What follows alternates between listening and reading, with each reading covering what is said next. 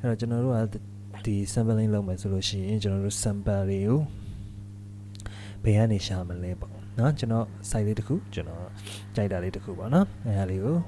ကျွန်တော်ပြချင်တယ်အဲ့ဒါပါလဲဆိုတော့ Looperman ပါ LOOPMAN Looperman နော် Looperman နဲ့ဝင်လို့ရှိရင်ဒီလိုမြင်ရမယ်ဒီမှာဆိုကျွန်တော် loops and sample တွေရှိမယ်ဒီမှာ home ပေါ့နော်ဒါလေးပါတော့ဒီကတော့ကျွန်တော် sample တွေပြောချင်တာဆိုတော့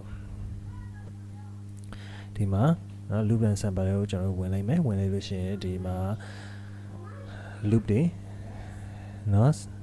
sample တွေရှိမှာပေါ့ idea နေမှာကိုကြိုက်တဲ့ loop ကို download ချပေါ့ဗျာနောက် download ချဖို့အတွက်ကိုဒီမှာ account လေးတစ်ခုတော့လိုတယ်ပြီး download click နှိပ်လို့ရှင်းရမယ်ဒီဟာလေး sample ကြည့်ချင်တယ်ဆိုနားထောင်ချင် play လေးဖွင့်ကြည့်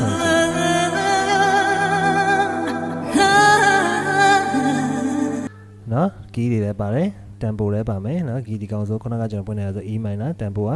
နော် BPM 140ဖြစ်တယ်ပေါ့နော်သူရဲ့ type လေးပါပါနော် category နဲ့နော်ခွဲထားပေးတာလေးရှိတယ်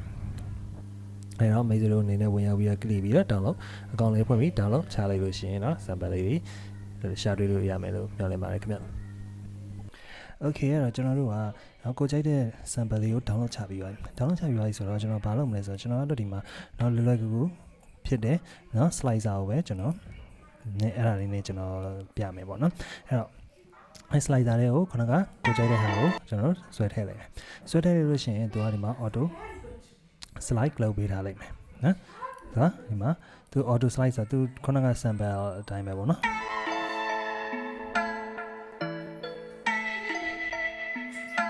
နော်အဲ့လိုမျိုးလေးလုပ်ပေးထားလိုက်မယ်အဲ့ဟာအောင်မှာကျွန်တော်တို့ကကြိုက်တယ်လို့ဒီမှာ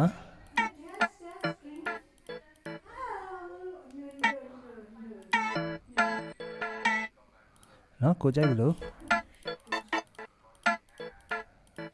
ကို feel လာတယ်လို့ပေါ့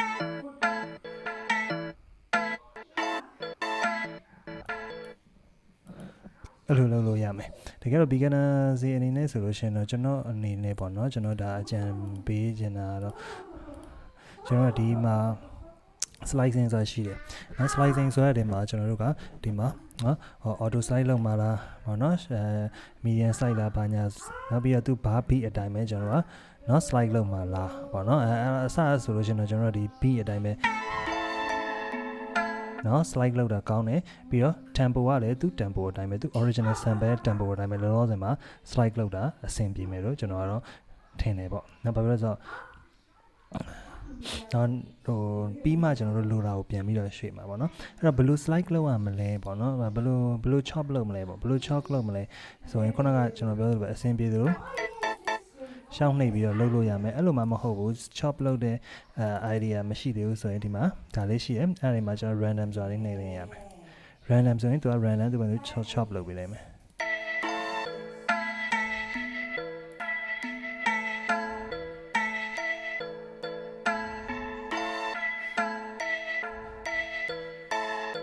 နော်ကိုကြိုက်သလိုမကြိုက်မချင်း random နှိပ်ပြီးတော့ခောက်လို့ရမယ် okay အဲ့ဟာကိုမှကျွန်တော်ကဘာလုပ်မလဲဆိုလို့ရှိရင်အဲ့ကောင်မှာ export ထုတ်လိုက်မယ် DESD text sample a minor ပြီးတော့ tempo က140 okay ဒီမှာနော်အဲ့ဟာလေးကိုမှကျွန်တော် project တွေကိုကျွန်တော်ဆွဲထည့်လိုက်မယ်ဖွင့်ကြည့်မယ်ဆိုရင်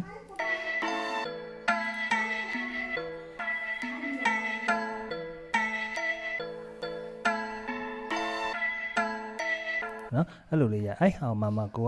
ပိုင်ကို page တွေပါပြောင်းခြင်းအဲ့မှာကျွန်တော်ပြန်ပြောင်းလို့ရမယ်နော်ဒါခုနက A minor ထားလိုက်ပါတော့နော်ဒီမှာကိုကြိုက်တဲ့ page ကိုကျွန်တော်ပြန်ပြောင်းလို့ရမယ်နော်ဘာပြောမလဲ1 cm တုံး short မယ်ပေါ့နော်1 cm တုံး short မယ်ဆိုတော့100 cm ဒီမှာ100 cm short ချလိုက်ရင်1 cm တုံးဖြစ်သွားလိမ့်မယ်ဒီနော် page နေရာမှာ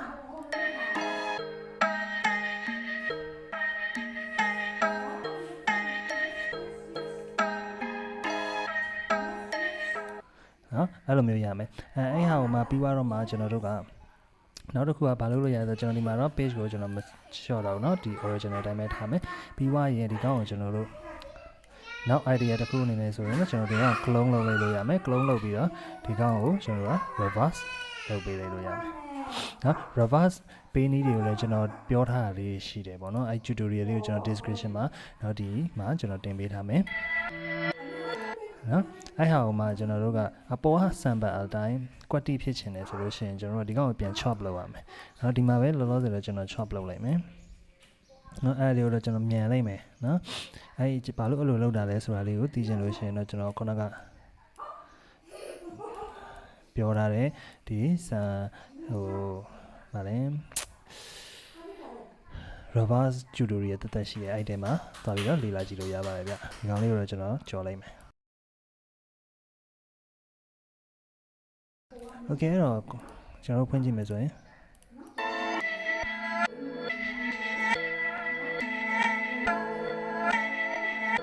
နော်အဲ့မှာကျွန်တော်ပြောစရာတခုကြံခဲ့တာတန်ဖိုးတွေပါလေ change ကျင်တယ်ခုနကဒီကျွန်တော်တို့ chop လုပ်ပြီးတော့ထွက်လာတဲ့ဟာကိုပဲ change လိုက်ပေါ့နော်ဒီဟာတော့တယောက်နဲ့တယောက်ပုံစံမတူဒီဟာအခုကျွန်တော်ပြောချင်တဲ့ဟာတော့ကျွန်တော်အလွယ်ဆုံးဖြစ်မယ်လို့ထင်တဲ့ဟာမျိုးကျွန်တော်ပြောလိုက်တာပေါ့နော်ဟုတ်ပြီအဲ့ဟာကိုမှကျွန်တော်တို့က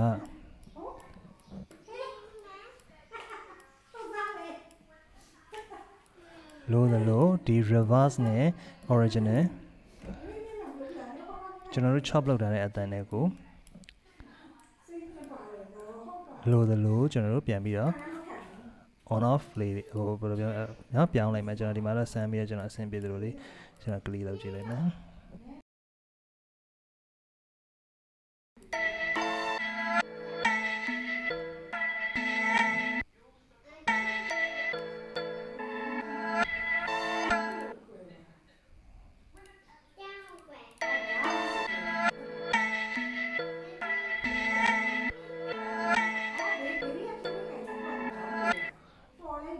โอเคကျွန်တော်ဒီလောက်ထိပဲကျွန်တော်ကြိုက်တယ်ဗျာနော်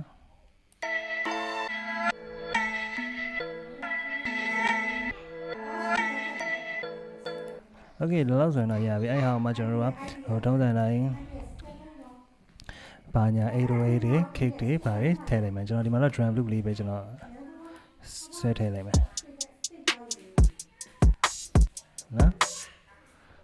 အရင် drum တွေပါတီးနေကြာအောင်မှာဆိုမိတ်ဆွေတို့အနေနဲ့အသေးစိတ်လိုက်တင်းတီးပါ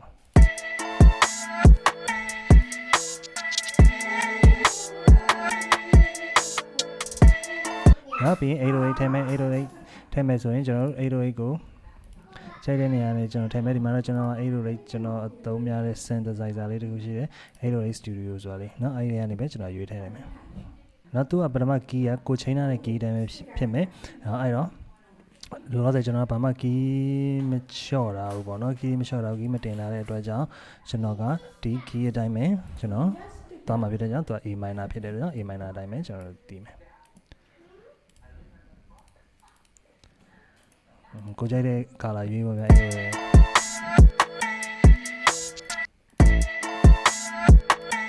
ကျွန်တော် key အကြတွေမှာပဲလောလောဆယ်တော့ထောက်လိုက်တော့မယ်နော်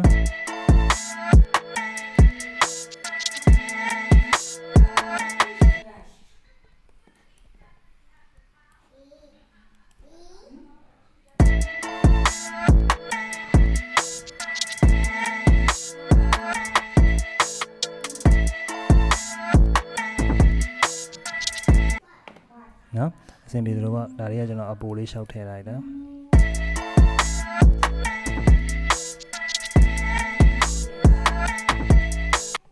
โอเคခုတော့9မိနစ်လောက်ရှိပါပြီပြီးရင်ကိုထည့်ခြင်းနဲ့ဟောပြီးဟိုဘာညာကွီးကွာလေးနော်ရှောက်ထည့်လို့ရမှာပေါ့နော်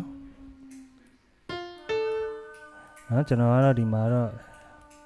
အများကြီးမလုပ်ပြတော့နော်ပတ်လေးတွေပါလေးတွေဒါထည့်ခြင်းနဲ့ထည့်မထည့်ခြင်းနဲ့နေပြီးမှကျွန်တော်တို့ arrangement ပြန်လုပ်မယ်ပေါ့နော်ဒီပုံမှာပဲကျွန်တော်တို့ရှောက်ရေးမယ်ပြီးတော့မှ arrangement ပြန်လုပ်မယ်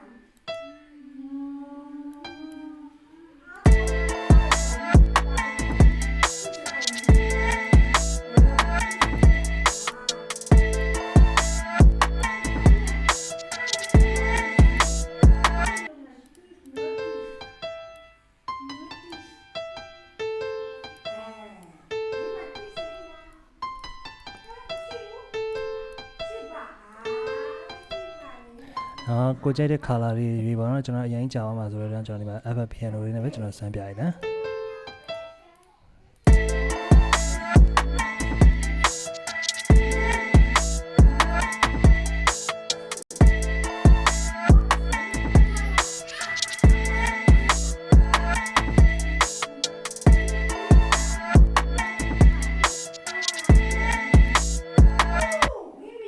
နောက်ပြီးရင်အကုန်လုံး mixer တွေကိုကျွန်တော်တို့ split လုပ်လိုက်လို့ရမယ်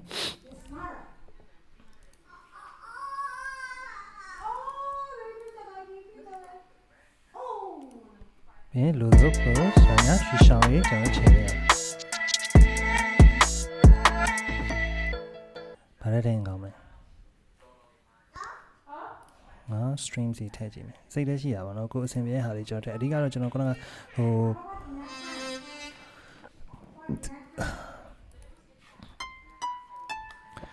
ပြောချင်တာကတော့ခုနကဘယ်လိုလုပ် sampling လုပ်ဖို့ idea လေးတွေအတွက်ကိုကျွန်တော်ကပြောခဲ့တာပါနော်